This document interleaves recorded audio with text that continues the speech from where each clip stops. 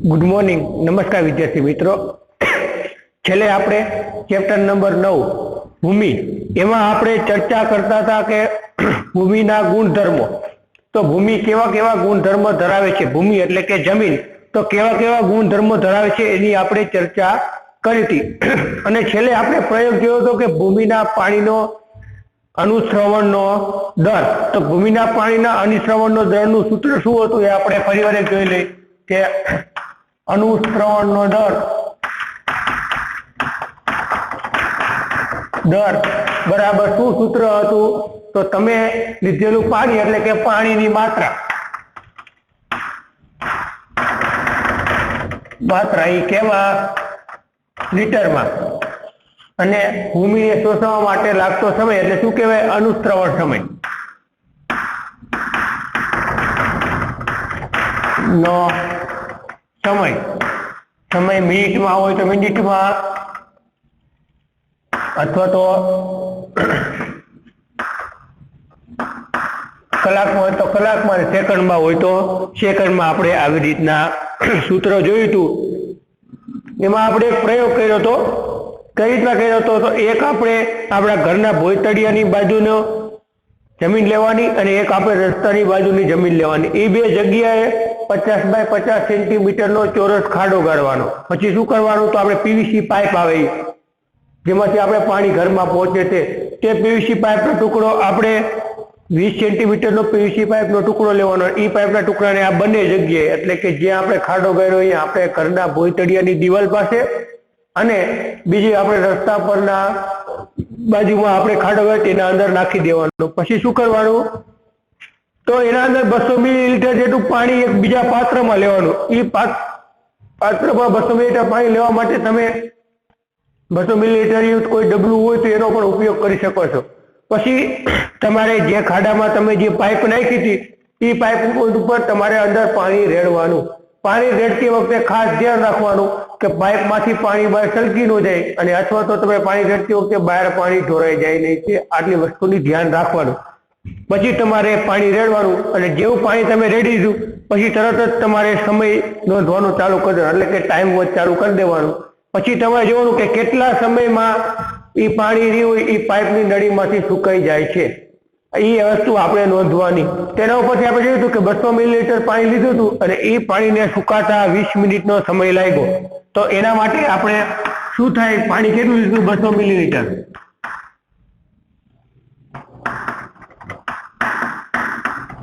सुकाता समय केटलो समय लाग्यो अनुश्रवणनो दर तो 20 मिनिट आपणे लाग्यो। तो शुं थाय मींडું मींडું जाय 10 × 20 तो आपणे जवाब केटलो आव्यो तो 10 मिलीलीटर प्रति मिनिट। तो 10 मिलीलीटर प्रति मिनिट आवी रीते आपणे सूत्रनी मददथी दाखलो शोधी शकीए छीए।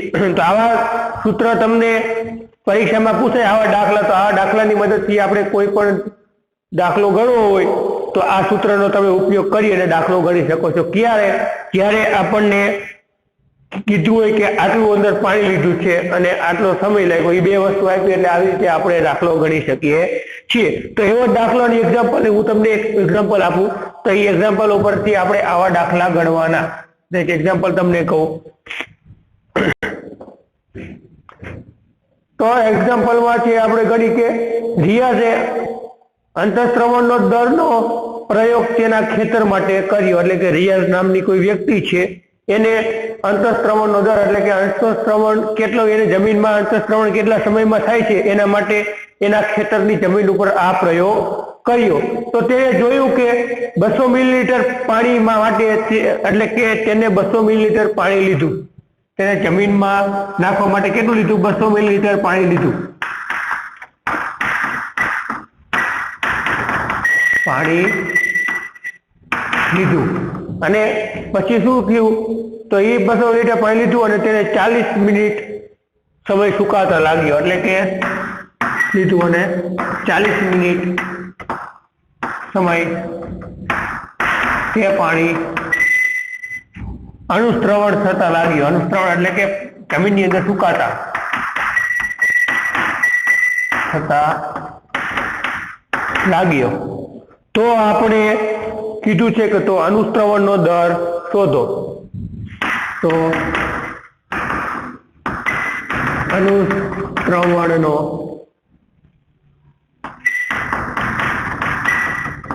દર શોધો. તો અનુશ્રવણનો દર શોધવા માટે આ સૂત્ર હું અહીં નીચે મૂકી દઈશ અને તમારે આ સૂત્ર અહીંથી નીચે મૂકવાનું, ઉતારવાનું. મેં ખાલી એરો કરી દીધો છે. તમારે સૂત્ર શું કરવાનું? નીચે ઉતારવાનું.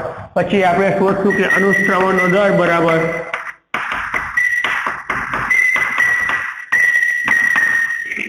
પાણીની માત્રા. તો અહીંયા લીધી છે પાણીની માત્રા. પાણીની માત્રા કેટલું પાણી લીધું? 200 મિલીલીટર. 200 મિલીલીટર. પછી શું છે? તો અનુશ્રવણનો દર. તો પાણીને સુકાવવા માટે કેટલો સમય લાગ્યો? 40 મિનિટનો. એટલે 40 મિનિટ. તો હવે આપણે જવાબમાં કઈ રીતે આવે? 1 મીંડું જાય. હવે અહીંયા ભાગ હાલે 4 એકા 4 અને 4 પંચા 20. તો નીચે 1 છે, ઉપર 5 છે, એટલે એ તો ગણાય નહીં. 5 મિલીલીટર પ્રતિ મિનિટનો સમય તેના ખેતરમાં પાણીને સુકાવવા માટે લાગે છે. એટલે કે 1 મિનિટમાં 5 મિલીલીટર જેટલું પાણી તેના ખેતરમાં, જમીનમાં ઉતરે છે. એટલે આવી રીતે આપણે એક્ઝામ્પલની મદદથી કોઈ પણ આપણને દાખલા પૂછ્યા હોય તો એ દાખલા આ સૂત્રનો ઉપયોગ કરી અને આપણે દાખલા ગણી શકીએ છીએ. રેડી? એટલે આ દાખલો ગણી નાખો, પછી આપણે આગળની ચર્ચા કરીએ.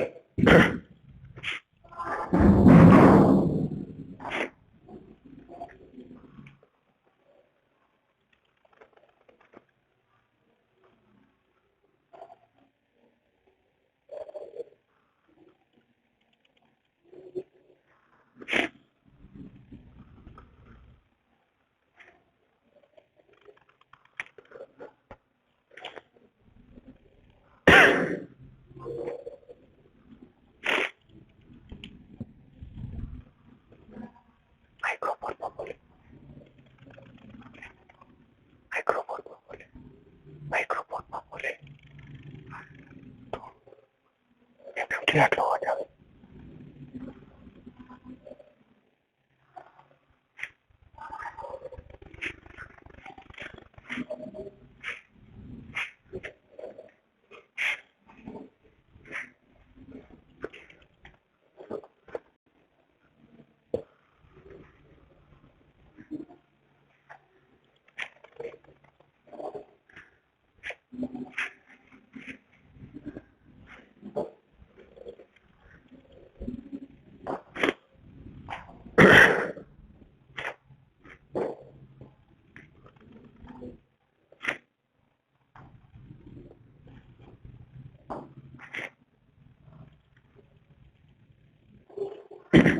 ચાલો આપણે આગળ જોશું.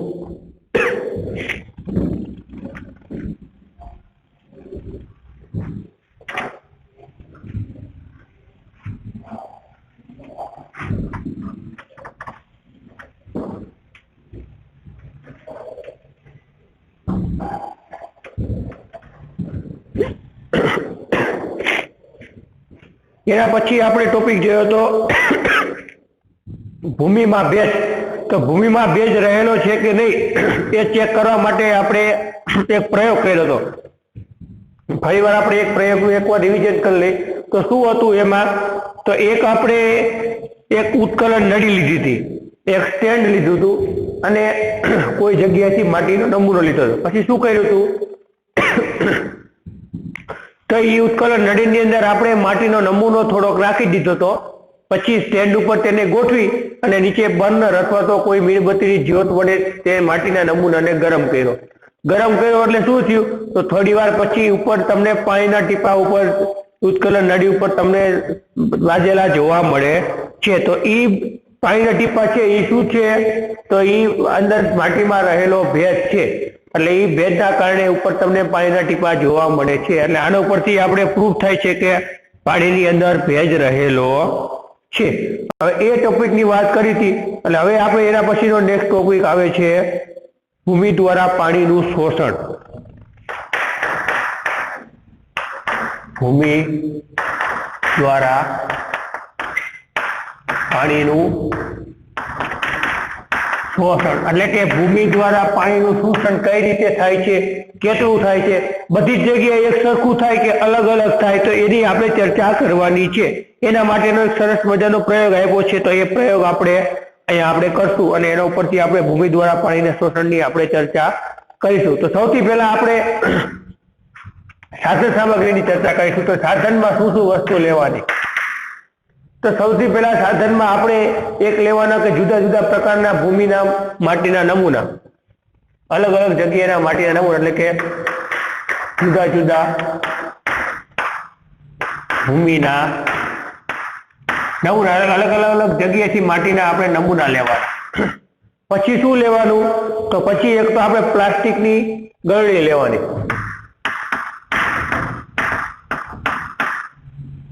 શું લેવાનું? પ્લાસ્ટિકની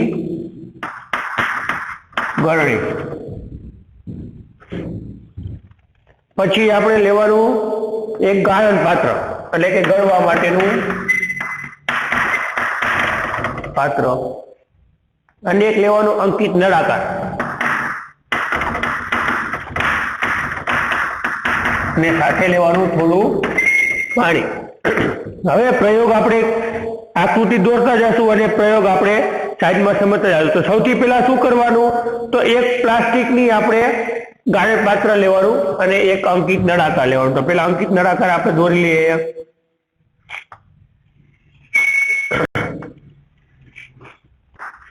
તો આપણો થઈ ગયો અંકિત નળાકાર.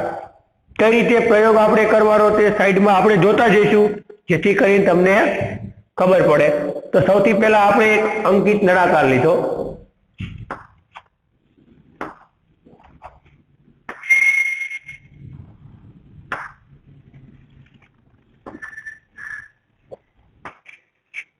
તમારે આકૃતિ પેન્સિલથી દોરવાની. પછી શું કરવાનું? એક ગાળણ પાત્ર લીધું.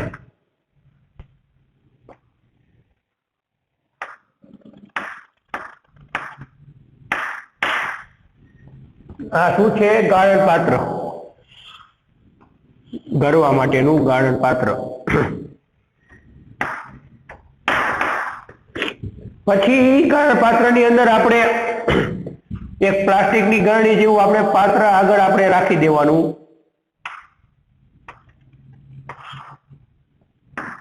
આ છે ગાળણ પાત્ર, આ છે અંકિત નળાકાર,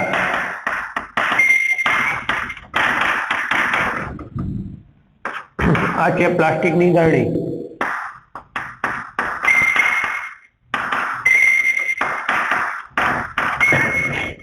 હવે શું કરવાનું? તો થોડો માટીનો તમારે નમૂનો લેવાનો. અહીંયા તમે થોડો માટીનો નમૂનો લીધો. પછી શું કરવાનું? તો એ માટીના નમૂના ઉપર તમારે ડ્રોપરની મદદથી, એટલે કે તમારે પાણીના ટીપા જેવો આપણે ડ્રોપર આવે, એ ડ્રોપરની મદદથી તમારે એના અંદર શું નાખવાનું? એ ડ્રોપરની મદદથી તમારે પાણીના ટીપા ધીમે ધીમે રેડવાના. એક જ જગ્યાએ નહીં, પણ અલગ અલગ જગ્યાએ તમારે પાણીના ટીપા તમારે ધીમે ધીમે આ માટીની અંદર તમારે રેડવાના. હવે માટીની અંદર પાણીના ટીપા રેડશો તો થોડુંક પાણી તમારે માટી જેટલું પાણી અહીંયા તમારે ભેગું થશે, થોડુંક પાણી. અને આ શું છે? માટીનો નમૂનો.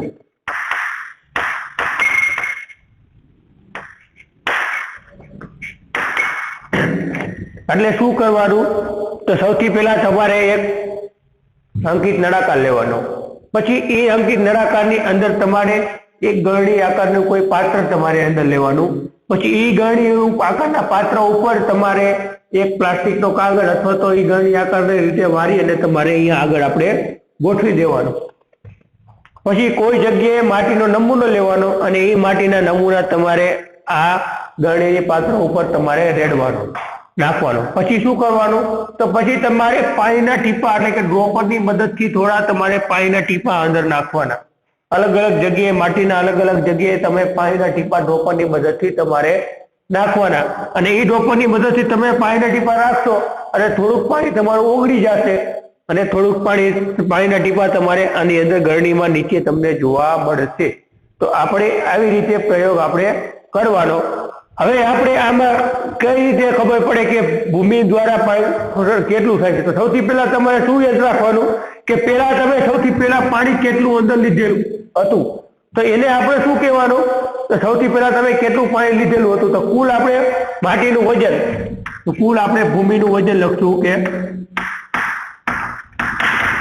ભૂમિનું વજન. તો તમે કુલ કેટલું ગ્રામ ભૂમિ લીધું? તો કુલ તમે 500 ગ્રામ જેટલી ભૂમિનું વજન, એટલે કે કુલ 500 ગ્રામ જેટલી તમે 50 ગ્રામ જેટલી ભૂમિ એટલે કે માટી તમે લીધી હતી. પછી શું યાદ રાખવાનું કે માપન નળાકારના લીધે પાણીની શરૂઆતનું કદ, એટલે કે માપન નળાકારમાં તમે આ જે માપન નળાકારમાં તમે પાણીનું કદ શરૂઆતમાં કેટલું તમે લીધું હતું, એટલે કે માપન નળાકારમાં શરૂઆતમાં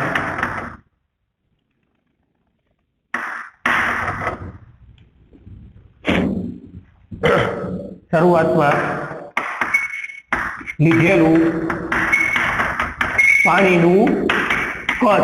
તો શરૂઆતમાં તમે લીધેલું પાણીનું કદ, શરૂઆતમાં તમે કેટલું પાણી લીધું હતું? તો 20 મિલીલીટર જેટલું તમે પાણી લીધું. એટલે આપણે આ ચોક પાડ્યો નથી કે કેટલું પાણી લીધું હતું, તો આપણે અહીંયા લખશું કે 20 મિલીલીટર જેટલું આપણે શરૂઆતમાં પાણી લીધું હતું. પછી તમે ભૂમિ દ્વારા શોષાયેલું પાણીનું કદ, એટલે કે ભૂમિ દ્વારા શોષાયેલું પાણીનું કદ આપણે શોધવું હોય તો ભૂમિ દ્વારા શોષાયેલ પાણીનું કદ, તો કુલ પાણી તમે કેટલું લીધું હતું? 20 મિલીલીટર જેટલું. એમાંથી કેટલું શોષાયું એ શોધવું હોય તો જેટલું પાણી વધ્યું હોય એટલું પાણી તમારે બાદ કરી નાખો. દાખલા તરીકે તમારે યુ મિલીલીટર જેટલું પાણી વધ્યું હતું, અહીંયા વધ્યું, તો કેટલું પાણી શોધાણું, કેટલું પાણી તમારે શોષાણું?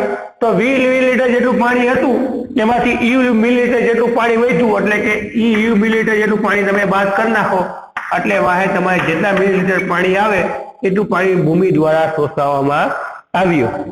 એટલે આવી રીતે આપણે દાખલો ગણવાનો. તો ભૂમિ દ્વારા શોષાયેલા પાણીનું વજન પણ આવી રીતે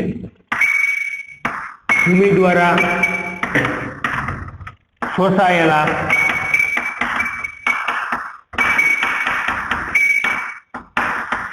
પાણીનું વજન, તો તમારે પાણીનું વજન કેટલું હતું?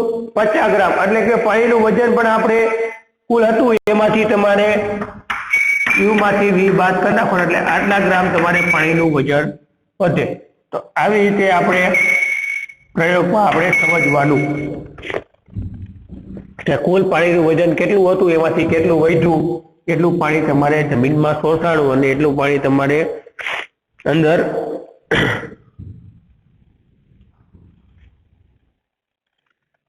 શરૂઆતનું લીધેલું કદ આપણે અહીંયા યુ લીધું છે, અથવા તમારે વી લેવું તો વી લઈ શકો. અને ભૂમિ દ્વારા શોષાયેલું પાણીનું કદ, તો ભૂમિ દ્વારા શોષાયેલું પાણીનું કદ તમારે યુ માંથી વી જેટલું. તો આ આપણે વચ્ચે શું લખવાનું રહી ગયું? તો કેટલું નળાકારમાં અંદર પાણી વધ્યું, તો નળાકારમાં પાણી વધ્યું એને તમે વી કહી દો. તો એ અહીંયા તમારે આ જગ્યાએ લાઈન લખવાની આવે, આ જગ્યાએ કે માપન નળાકારમાં બાકી રહેલ પાણીનું કદ. બાકી તમારે વી જેટલું પાણી તમારે રહ્યું બાકી, કુલ તમે યુ જેટલું પાણી લીધું હતું એમાંથી વી જેટલું પાણી તમારે બાકી રહ્યું, તો કેટલું પાણી અંદર શોષાણું હોય? તો યુ માંથી વી બાદ કરી નાખો, એટલું પાણી તમારે અંદર શોષાયેલું હોય. દાખલા તરીકે તમે માનો કે 200 મિલીલીટર પાણી લીધું હતું. કેટલું પાણી લીધું હતું? 200 મિલીલીટર જેટલું પાણી તમે લીધું હતું. હવે એમાંથી તમે ડોપની મદદથી પાણી રેડ્યું, એટલે તમારે નળાકારમાં તમારે 100 મિલીલીટર જેટલું પાણી અંદર રહ્યું. તો કેટલું પાણી તમારે શોષાણું હોય ભૂમિ દ્વારા? તો કુલ 200 મિલીલીટર માંથી 100 મિલીલીટર જેટલું પાણી રહ્યું, તો બાકીનું વધ્યું એટલું 100 મિલીલીટર પાણી અંદર ભૂમિ દ્વારા શોષાણું હોય. તો આવી રીતે આપણે શોધી શકીએ છીએ.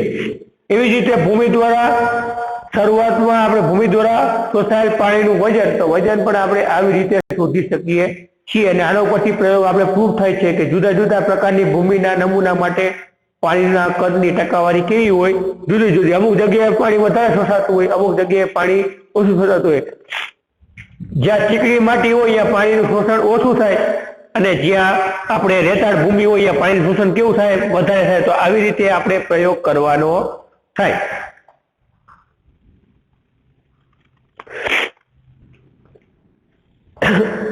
આવી રીતે પ્રયોગ તમારે કઈ રીતે લખવાનો, તો ફરીવાર એકવાર કહી દઉં. સૌથી પહેલા તમારે લખવાની સાધન સામગ્રીમાં કેટલા સાધનની જરૂર પડી. એક તો જુદા જુદા ભૂમિના અલગ અલગ જગ્યાએ માટીના નમૂના, પછી પ્લાસ્ટિકની એક ગળણી, પછી એક ગાળણ પાત્ર એટલે કે આપણે એ વસ્તુને ગળવા માટે, અને અંકિત નળાકાર જોશે અને આપણે પાણી જોશે. તો સૌથી પહેલા શું કરવાનું, તો આપણે આકૃતિમાં આવી રીતે ગોઠવી દેવાનું, એક અંકિત નળાકાર મૂકી દેવાનો. પછી તમારે ગાળણ પાત્રની મદદથી એક ગળણી ગોઠવી દેવાની અને એના ઉપર આપણે પ્લાસ્ટિકની ગળણી જેવા આકારનું વારી અને આપણે મૂકી દેવાનું. પછી શું કરવાનું, તો એ ગાળણ પાત્રની અંદર માટીનો થોડો નમૂનો નાખવાનો, ચોખીને નાખવાનો કે કેટલા વજન જેટલો. દાખલા તરીકે ભૂમિના વજન એટલે કે 50 ગ્રામ જેટલો માટીનો નમૂનો તમે અંદર નાખો, ચોખી નાખવાનો. પછી શું કરવાનું કે પછી તમારે ડ્રોપરની મદદથી એટલે કે આપણે જે બેટરીમાં જે આપણે પાણી પૂરવા માટે આપણે ડ્રોપર જેવું આવે છે એવું, અથવા તો બીજું કોઈ ડ્રોપરની મદદથી તમારે પાણીના ટીપા ધીમે ધીમે તમારે રહેતા જવાના. પણ તમારે ડ્રોપરની અંદર તમારે જોવાનું કે તમે કુલ કેટલું પાણી લીધું. તો એ પાણીને આપણે એવું કહી દેવાનું, જેટલું પાણી તમે ડ્રોપરની અંદર લીધું હોય એ પાણીને એવું કહી દેવાનું. એ બધું પાણી ધીમે ધીમે ટીપાની મદદથી થોડું થોડું પાણી બધી જગ્યાએ થોડું થોડું નાખવાનું. એટલે તમે જોશો તો થોડુંક પાણી તમારે ગરણીમાંથી ઉતરી અને આના અંદર નીચેની સાઈડ તમારે અંદર આવશે, માટીમાં આના અંદર પાણી આવશે. આના અંદર જેટલું પાણી આવે એને વી કહી દેવાનું, અને આ તમે જેટલું પાણી કુલ નાખ્યું હતું એને યુ કહી દેવાનું. પછી શું કહેવાનું કે કુલ નાખેલું પાણી એટલે કે માપન નળાકારમાં શરૂઆતમાં લીધેલા પાણીનું કદ એને યુ કહી દેવાનું. પછી કે છેલ્લે માપન નળાકારમાં બાકી રહેલા પાણીનું કદ એને વી કહી દેવાનું.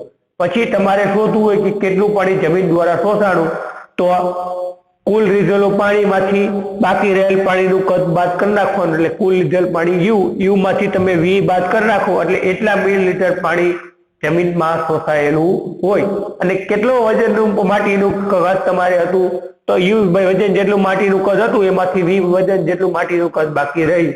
તો આવી રીતે તમે પ્રયોગ કરી શકો છો. આ પ્રયોગ ઉપરથી આપણે પ્રૂફ થાય છે કે દરેક જગ્યાએ અલગ અલગ જગ્યાએ માટીનું શોષણની શક્તિ કેવી હોય છે, અલગ અલગ હોય છે. આવી રીતે તમારે પ્રયોગ લખવાનો થાય. અને આપણે ચોપડીમાં પણ એ જ રીતનો પ્રયોગ તમારે આપ્યો છે. એટલે એ પ્રયોગમાં આપણે છેલ્લે પાછળ શું કહે છે, તો શોષાયેલા પાણીનું કદ તમારે શોધવું હોય તો તમારે આ સૂત્રનો ઉપયોગ કરી અને પછી તમારે નીચે સૂત્ર લખવાનું કે શોષાયેલા